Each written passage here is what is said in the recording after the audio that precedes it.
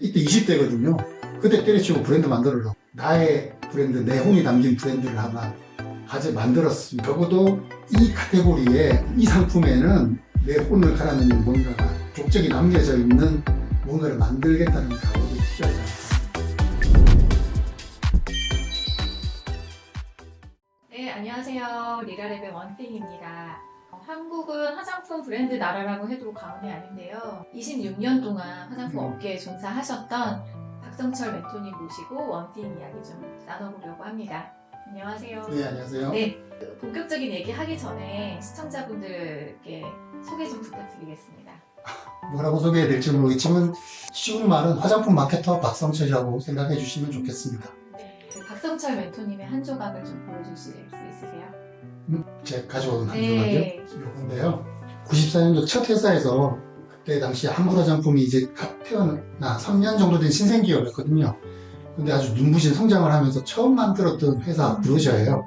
영광스럽게 그때 제가 이렇게 표지 모델로 모델로 등장하고 표지 모델로 했던 기억이 있어서 제가 모든 것들이 첫걸음이 중요하다고 하는데 첫걸음의 상징이 되는 물건이라서 지금도 시작하는 브랜드들도 굉장히 많잖아요. 살아남는 브랜드의 차이가 어떤 게 있을까요? 셀러들이 살아남는 기본적인 원칙은 내가 만든 제품을 구매해주는 고객층이 명확해야지 살아남겠죠. 그 고객을 어떻게 찾느냐, 아니면 어디에 고객들이 모여있느냐, 고객들과의 접점을 만들어내는 방법을 가진, 솔루션을 가진 브랜드들이 살아남는다고 생각을 해요. 평소에 또 제품과 상품은 다르다 이런 말씀 자주 하셨어요. 제품이 상품이 되려면 뭐가 더 있어야 돼요?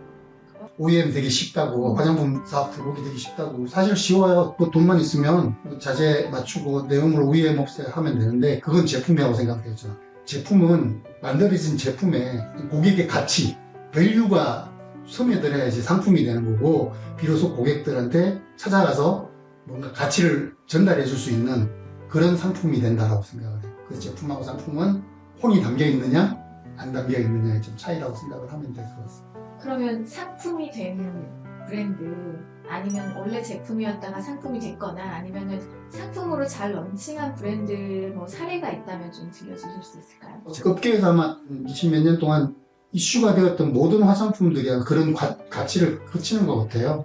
예를 들어서 뭐 마스크 시트라는 아주 평범한 소재를 가져왔는데 닥터라는 이름을 붙이면서 지금의 메디힐이나 메디 이런 어떤 컨셉들, 고객들이 그 제품을 통해서 뭔가 좀 더 업그레이드되고 더 좋아질 것 같은 느낌을 주는 그런 여러 가지 요소들을 만들어낸 브랜드들이 아마 상품화되는 과정들이라고 생각을 하고요. 그러면 그 상품들을 판매하는 채널 이야기로 좀 들어가 보려고 하는데 이 브로셔에 등장한 브랜드들은 그 시절에 어떤 채널을 통해서 알리고 고객들하고 만났었나요?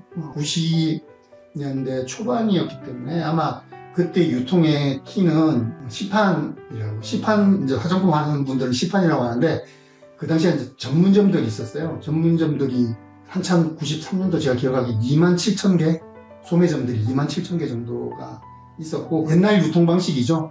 회사가 물건을 만들고 대리점을 통해서 대리점이 소매점에 뿌리는, 이게 나중에 이제 브랜드샵으로 발전을 하게 되고, 그 당시에 아마 그런 시판 유통이 전문이었고, 그 다음에 한 몇 년 후에 이제 문제가 카드 대란 때문에 이슈가 되는데, 신방판? 구방판 말고, 화장품 들고 케이스 들고 다니는 아줌마 말고, 약간의 네트워크 마케팅을 하는 신방판. 그때 이 여자의 주력 유통 라인이었어요. 화장품 브랜드도 지금 사실 판매 채널이 굉장히 많이 바뀌어 왔잖아요. 최근에는 뭐 드럭스토어 올리브영에서 대부분의 화장품들 유통을 하고 있는데 처음에 올리브영 입사하셔서 지금의 온 이 올리브영의 과정들 이야기 좀 들려주세요. 한분 화장품에 처음 입사를 했는데 일을 배우고 일을 하다 보니까 너무 매력적인 거예요. 이 화장품이 처음부터 만들어지는 순간부터 고객이 사용하는 모든 단계까지 이 모든 경험을 한번 해보고 싶다. 이걸 나의 커리어로 삼고 싶다라는 어떤 목표가 생겼어요. 그러다가 이제 IMF가 생깁니다. IMF가 오면서 국가가 휘청일 때 아까 제가 말씀드렸다시피 한분 화장품은 회사가 만들고 대리점이 물건을 받아서 소매점에 전달하는 자리라고 했더니만 이 IMF가 되면서 이 중간 단계의 대리점, 그 중소 사장들이 다 무너지는 거예요. 전국에 네트워크는 많은데 판매를 유통할 유통자들이 없어지는 거죠. 다 포기를 하는 거예요. 그때 제가 이제 마케팅에 있으면서 야, 이게 마케터가 지금 할 수 있는 게 별로 없구나라는 한계를 좀 느꼈어요. 그러면 회사에서 물건을 만들어서 생산하고 개발하고 만드는 과정까지는 한 5년간 충분히 배워왔으니 이거를 중간에서 받는 유통사의 입장에서는 이걸 한번 해보면 어떨까라고 해서 영업소를 자원을 했어요. 자원을 해서 실제 바닥에 영업을 뛰어보고 싶다. 소매점들이랑 네트워크하는 걸 어떻게 하는지를 또 좀 해보고 싶고 실제로 뭐 영업들이 얘기하는 그런 현장의 애로사항들이 뭔지를 한번 내가 직접 체험해보고 싶다 해서 책상에 앉아 있는 거랑 또 몸으로 뛰는 거랑 또 다른 전략이고 또 다른 세상이고 어떻게 보면 참 의미 있고 즐거운 일이다. 전략적으로 사는 것도 재밌고 소매점들과 네트워킹하는 것도 재밌고 난 전혀 영업적인 방 사람이 아니라고 생각했는데 영업도 괜찮네? 라는 생각을 하게 됐던 계기가 있어요. 그러던 차에 제가 대리점 유통을 하다 보니까 화장품 소매점들이 너무 구지대적이고 열악한 환경들을 봤잖아요. 정상적으로 이루어지는 소매 환경이 아닌 거예요. 사실 경쟁력이 없는 소매점이었어요. 단골들 오시면 자기 마진 높은 상품 덤탱이 아니면 과대 광고든 뭐든 어떤 얘기를 해서 팔아 넘기는 그런 근시대적인 유통이었거든요. 근데 제가 우연히 일본을 한번 여행을 갔다가 드럭스토어를 본 적이 있어요. 와, 이거 우리나라에 있으면 너무 좋겠구나라는 생각들을 하게 됐을 때 실제로 영업 현장에 와서 보니까 너무나 틀리잖아요. 확실히 일본이 선진국이구나, 우리나라도 이런 거 생기면 참 좋겠구나라는 어떤 기대 같은 걸 가지고 있었는데 우연한 기회에 기세에서 우리가 신규 사업을 하는데 면접 한번 보지 않겠느냐라고 해서 면접을 봤는데 그때 화장품 쪽으로 많은 사람들이 왔는데 하나는 제가 있던 한불처럼 엠프란이라는 브랜드를 런칭을 시키는 작업, 하나는 신규 유통 라인이래요. 그래서 저는 당연히 제가 5년 동안 경험해서 한계를 받았던 엠프란이를 또 되풀이하고 싶지는 않고 새로운 도전을 해보고 싶다라고 해서 올리브영에 입사를 하게 됐습니다. 그 후에 투쿨 포스쿨 시절에 한 2,000개 글로벌 매장에 진출을 하셨다고 들었어요. 네. 이렇게 해외 진출도 직접 경험을 하셨는데 사실 국내 지금 브랜드들 중에서 해외 진출을 생각하고 있는 브랜드들이 거의 대다수라고 해도 과언이 아니잖아요. 이런 그 해외 진출을 희망하는 브랜드들한테 또 들려주실 조언도 있으시다고 들었는데 어떤 게 있을까요? 처음에 해외 열풍이 온 거는 사실은 중국 때문이었어요.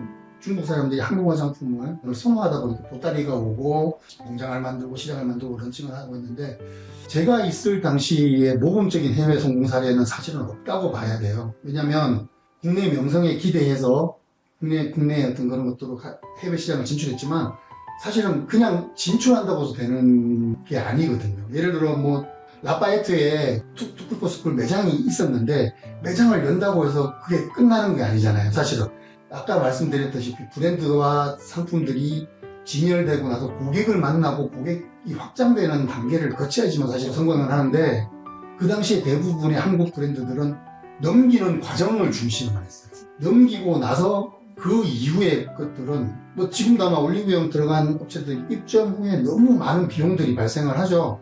프로모션비, 진열비 부터 시작해서 해외도 똑같다는 거죠. 해외도 똑같은데 그런 것들이 감당할 준비가 되어 있거나 아니 노하우가 있는 브랜드들이 많느냐에 따라 달라지는 것 같아요. 제가 가지고 있는 철칙 중에 또 하나, 해외 진출을 하기 위해서는 현지화를 하려면 현지에 적합화되어 있는 유통 업체를 찾아야 돼요. 근데 대부분 왜 한국인에 먹느냐면 아까 제가 말한 건 진출하는 단계까지만 한다고 했잖아요. 그 진출한 단계는 한국 유통이 유리하거든요. 한데 실제로 거기에서 확장을 시키는 능력은 로컬인들이랑 한국인들이랑 엄청난 차이가 있다고 생각하고 좀 더 첫 진출이 어렵지만 현지의 전문가들을 찾는 거를 중점을 둬야 돼요.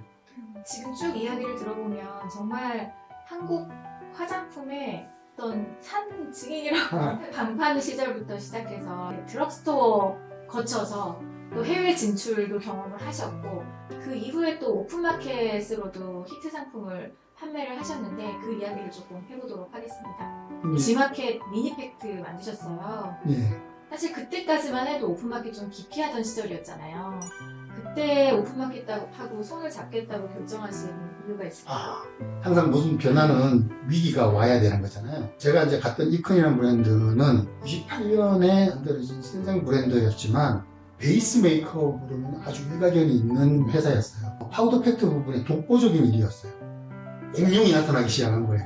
그 시장에. 그때 이제 마몽드라고. 이용해 광고, 아모레에서 엄청난 물량으로 광고를 하고 프로모션을 하고 저희가 가지고 있는 조명비가 조명비가 점점 줄어드는 게 눈으로 느껴지는, 많이 차이가 안 나지만 이 추세가 역전될 게 보이는 거예요. 그러면 우리가 잘하는 이거를 공격적으로 지켜야 하는데 그럼 전략이 없을까라고 생각하고 있던 차에 그 당시에 이제 G마켓이 런칭한 지 얼마 안 됐는데 아주 공공의 적이었습니다.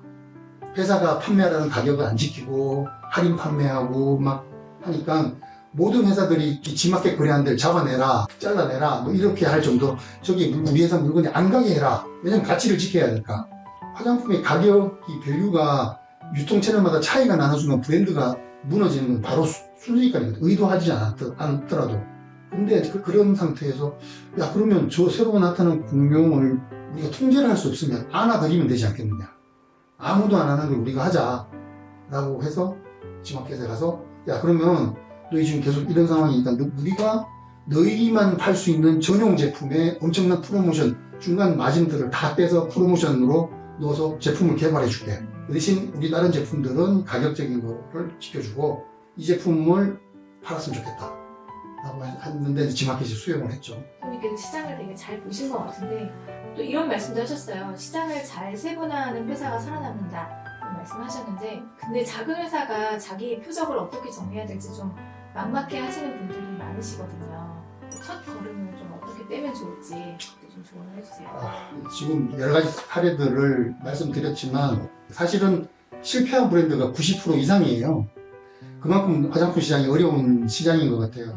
특히나 작은 자본으로 소규모로 시작하시는 분들은 제 개인적인 충고라면 조금 더 시간을 길게 가지라고 해요. 예를 들어서 1년 안에 개발할 제품이면 2년, 3년 좀 천천히 가자.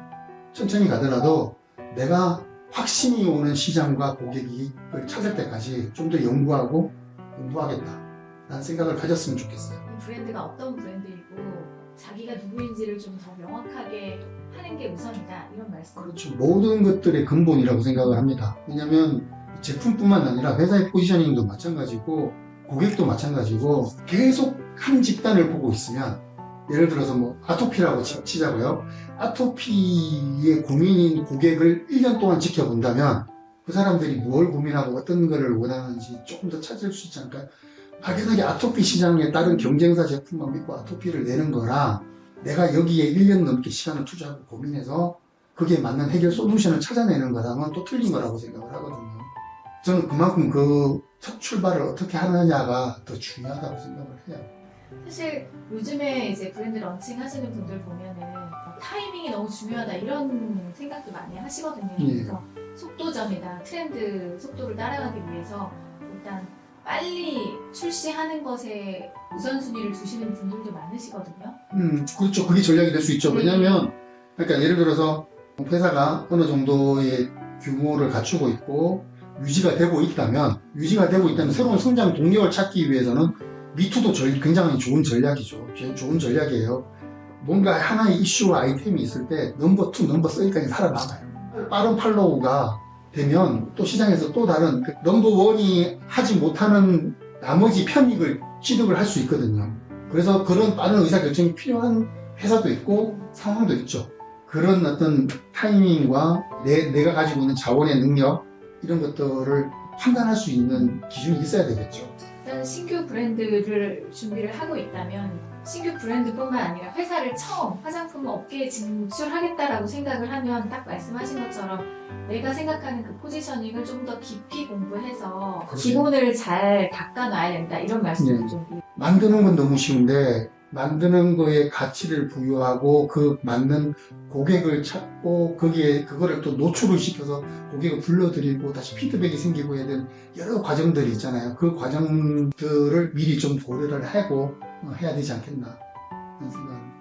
또 멘토님께서는 CEO분들의 귀는 열려 있는 게 아니라 뒤집혀 있는 경우가 많다 이런 말씀도 하셨어요. 직원 얘기는 좀 다 튕겨내고 오히려 밖에서 하는 말에 더 흔들린다 이런 말씀도 하셨는데 이 패턴이 왜 작은 브랜드에서 특히 자주 나타나게 될까요? 그건 아마 CEO 때 조급하기 때문일 거예요. 좀 시간은 흘러가고 원래 계획했던 대로 성장이 안 되고 하다 보니까 아까 말씀드렸던 새로운 뭔가 성장 동력이랑 뭔가를 찾아야 되는데 그러다 보면은 지금 내가 가지고 있고 내가 주력해야 될 것보다는 남의 쪽이 커 보인다고 하잖아요. 그런 현상들 때문인 것 같아요. 다시 이제 브로셔 예. 네, 원팅으로 좀 돌아가 보겠는데요. 그때 이 브로셔를 만들었을 때 멘토님 다시 만나게 된다면 좀 해주고 싶으신 말씀 있으세요? 이때 20대거든요. 그때 때려치고 브랜드 만들으려고 아우. 했어요. 조금 더 힘든 시간, 10년, 20년에 힘든 시간이 있더라도 나의 브랜드, 내 혼이 담긴 브랜드를 하나 만들었으면 지금 제가 돌아가서 그때 20대에 저를 만난다면 빨리 배우고 나서 너의 것을 만들어라. 이제 마지막 질문입니다. 네, 멘토님께서 이제 시작하는 젊은 친구들, 이 브로셔에 담겨있는 박승철 멘토님과 같은 나이대의 이런 젊은 친구들한테 K-뷰티 브랜드 창업을 할 때 꼭 필요한 것들을 이야기해 주신다면 어떤 말씀을 해주실 수 있으세요? 좀 어렵긴 한데 자기가 도달하고 싶은 어떤 카테고리의 상품에 명확한 목표가 있었으면 좋겠어요. 나는 내가 망하더라도 적어도 이 카테고리에 이 상품에는 내 혼을 갈아넣는 뭔가가 족적이 남겨져 있는 뭔가를 만들겠다는 각오들이 필요하지 않을까요? 마지막으로 또 저희 시청자분들한테 한마디 해주신다면 세상 사는 거에 정답이 없잖아요. 정답이 없고 제가 또 말씀드릴 수 있는 것들은 짧은 제 경험에 한정된 거기 때문에 이게 정답이다라고 생각하지 말아 주시고요. 계속 고민하고 방향을 찾아가는 그런 하루하루가 되셨으면 좋겠습니다. 새로운 도전들이 있을 때 뭔가 좀 또 새로운 설레임도 생기는 거고 항상 도전하는 그런 삶을 사셨으면 좋겠습니다. 오늘 리라레벨 원띵 화장품 업판 증인인 박성철 멘토님 모시고 이야기 나눠봤습니다. 오늘 귀한 시간 내주셔서 감사합니다. 아닙니다.